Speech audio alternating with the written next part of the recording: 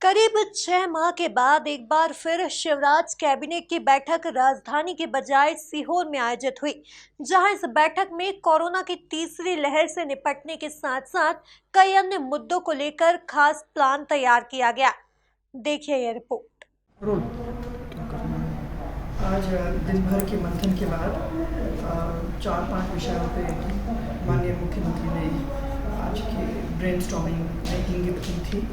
और उसमें से एक थी रोजगार। कोरोना काल की चुनौतियों का सामना करने के बाद हम रोजगार को कैसे बढ़ावा दे सकते हैं, हमारे बेरोजगार जो बच्चे हैं उनको हम कैसे रोजगार दे सकते हैं। इकोनॉमिक स्थिति देखते हुए, कोरोना की स्थिति ने जो जिस तरह से हमें छोड़ा है वो स्थिति को देखते हुए तो कई सुझाव आए सामने। और ये भी सही है कि अगर एक चीज़ पे हम लोगों को ध्यान देना चाहिए वो है हमारे युवाओं के लिए रोजगार। तो 3-4 विषय मैंने प्रस्तुत किए थे माननीय मंत्री जी के सामने, माननीय मुख्यमंत्री के नेतृत्व में, और वो थे कि रोजगार कार्यालय जब से इंडस्ट्री विभाग से निकले हैं और टेक्निकल एजुकेशन में आए हैं तो रोजगार अधिकारियों के लिए हमें महीने में वर्कशॉप्स करने चाहिए ताकि वो भी, अंग्रेज़ी में कहावत है अप टू स्प्लिट, मतलब कि आ जाए आज के धरातल पे क्या हो रहा है, रोजगार कैसे हम प्रेजेंट कर सकते हैं। सिर्फ रोजगार मेले की बात नहीं होनी चाहिए पर अध्ययन होना चाहिए, आपको पूरी इन्फॉर्मेशन होनी चाहिए। तो पहले रीढ़ की हड्डी रोजगार के लिए है रोजगार अधिकारी। तो रोजगार अधिकारियों को हमें महीने में वर्कशॉप्स करने हैं। दूसरा, क्या हम अपने सेल्फ हेल्प ग्रुप्स जो महिलाएं की हैं उनको भी हम जैसे ITI में हम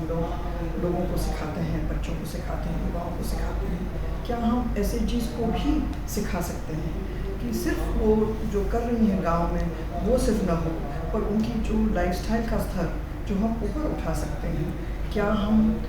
ये रोजगार की जो ITIs की जो हम आज अध्ययन करवाते हैं बच्चों की, चाहे फिटर हो, प्लम्बर हो, जो भी हो, तो नए आधुनिक चीज़ लाएं जिससे सिर्फ बच्चे नहीं, युवा नहीं, सेल्फ हेल्प ग्रुप्स भी इसमें आएँ, इस दायरे में आएँ। क्योंकि आज की तारीख में महिला और पुरुष में फ़र्क नहीं होना चाहिए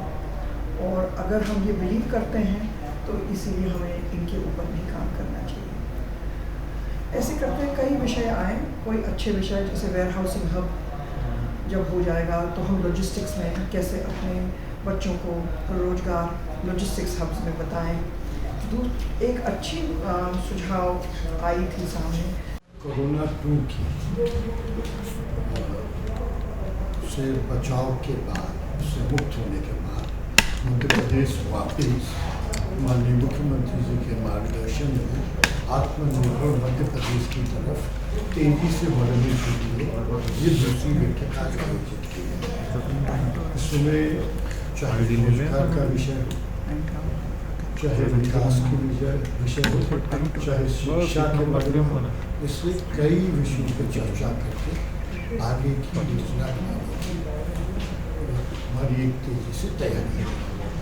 इसी हिसाब से जैसे MSME में रोजगार का बड़ा फोकस था, उसमें केंद्र से अभी हमें 11 नए क्लस्टर मिले, इसमें अलग अलग जिलों में अलग अलग काम है। 1902 हमने पिछले अप्रैल में चालू किए थे और 3000 हम अगस्त के प्रथम सप्ताह में नए उद्योग 42 जिलों में एक साथ खोलना चालू करें ताकि नौजवानों को ज़्यादा से ज़्यादा स्वावलंबी बने, अपना काम करें और खुद रोजगार दे, बजाय नौकरी ढूंढने के। सरकारी नौकरियों के बारे में भी चर्चा हुई,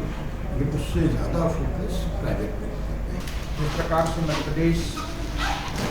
विकास की गति में आगे बढ़ रही है और इस कोरोना महामारी में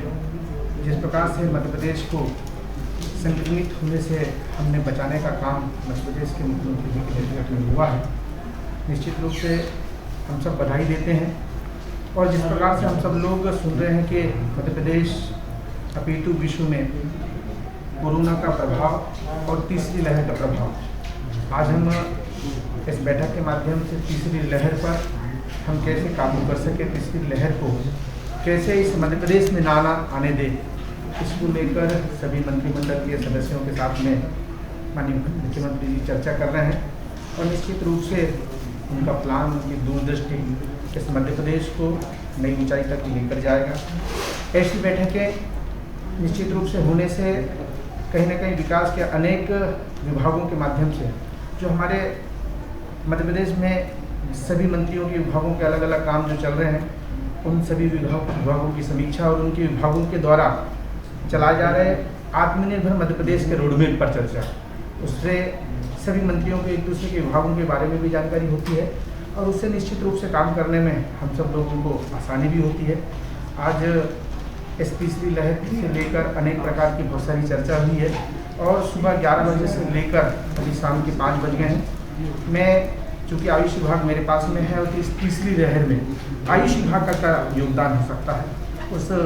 विभाग के माध्यम से हम पिछले पहली लहर में जिस प्रकार से टिकटू चूर्ण मध्य प्रदेश के हर परिवार तक के हम प्रतिरोधक क्षमता बढ़ सके उसकी चिंता की थी। अब तीसरी लहर में जैसे कि बच्चों के लिए लहर आने वाली है, ऐसा लोगों के माध्यम से, आपके चैनलों के माध्यम से हम सब लोगों को जानकारी मिले, उसकी तैयारी को लेकर हमने आयुष विभाग के माध्यम से हमारे खुशीलाल जो महाविद्यालय है, हमने वहाँ पर एक कमेटी तैयार की है और 1 महीने के अंदर हमारे बच्चों की प्रतिरोधक क्षमता बढ़ाने के लिए ऐसे मेडिसिन, ऐसे टेबलेट तैयार कर रहे हैं, ऐसी दवाइयाँ तैयार कर रहे हैं कि उनका प्रतिरोधक क्षमता बढ़े और हमारा ये जो मध्य प्रदेश है वह तीसरी लहर से बच सके, ऐसी हमारी सारी तैयारियाँ। मध्य प्रदेश की कार्य योजना को लेकर के, सरकार की योजनाओं को लेकर के मंथन चल रहा है। इसमें स्कूल शिक्षा विभाग जो सीएम राइस योजना है उस पर व्यापक चर्चा हुई है। आगामी वर्ष में हम उस योजना के माध्यम से अच्छे सर्व सुविधा युक्त स्कूल प्रारंभ करने जा रहे हैं। प्रथम वर्ष में हम 350 स्कूलों का चयन कर रहे हैं। इसमें ट्राइबल और सामान्य वर्ग के और सभी क्षेत्र के विद्यालय सम्मिलित होने वाले हैं। उस योजना में हमने जिला स्तर पर, विकासखंड स्तर पर इस प्रकार का विभाजन किया है और कुछ क्षेत्रों को ऐसा भी चयन किया है जैसे नगर निगम क्षेत्र है या फिर ट्राइबल एरिया है जहाँ पर कोई स्कूल नहीं है, ऐसे भी कुछ विद्यालयों को हम चुनने जा रहे हैं। एक महत्वाकांक्षी योजना है और एक प्रकार से शिक्षा के क्षेत्र में राष्ट्रीय शिक्षा नीति के संदर्भ में एक आमूलचूल परिवर्तन करने की जो पहल हो रही है, उसी के संदर्भ में सीएम राइस योजना के तहत हम उन्नत किस्म के एक प्रकार के ये विद्यालय जो विश्व स्तरीय होंगे, सर्व सुविधायुक्त होंगे,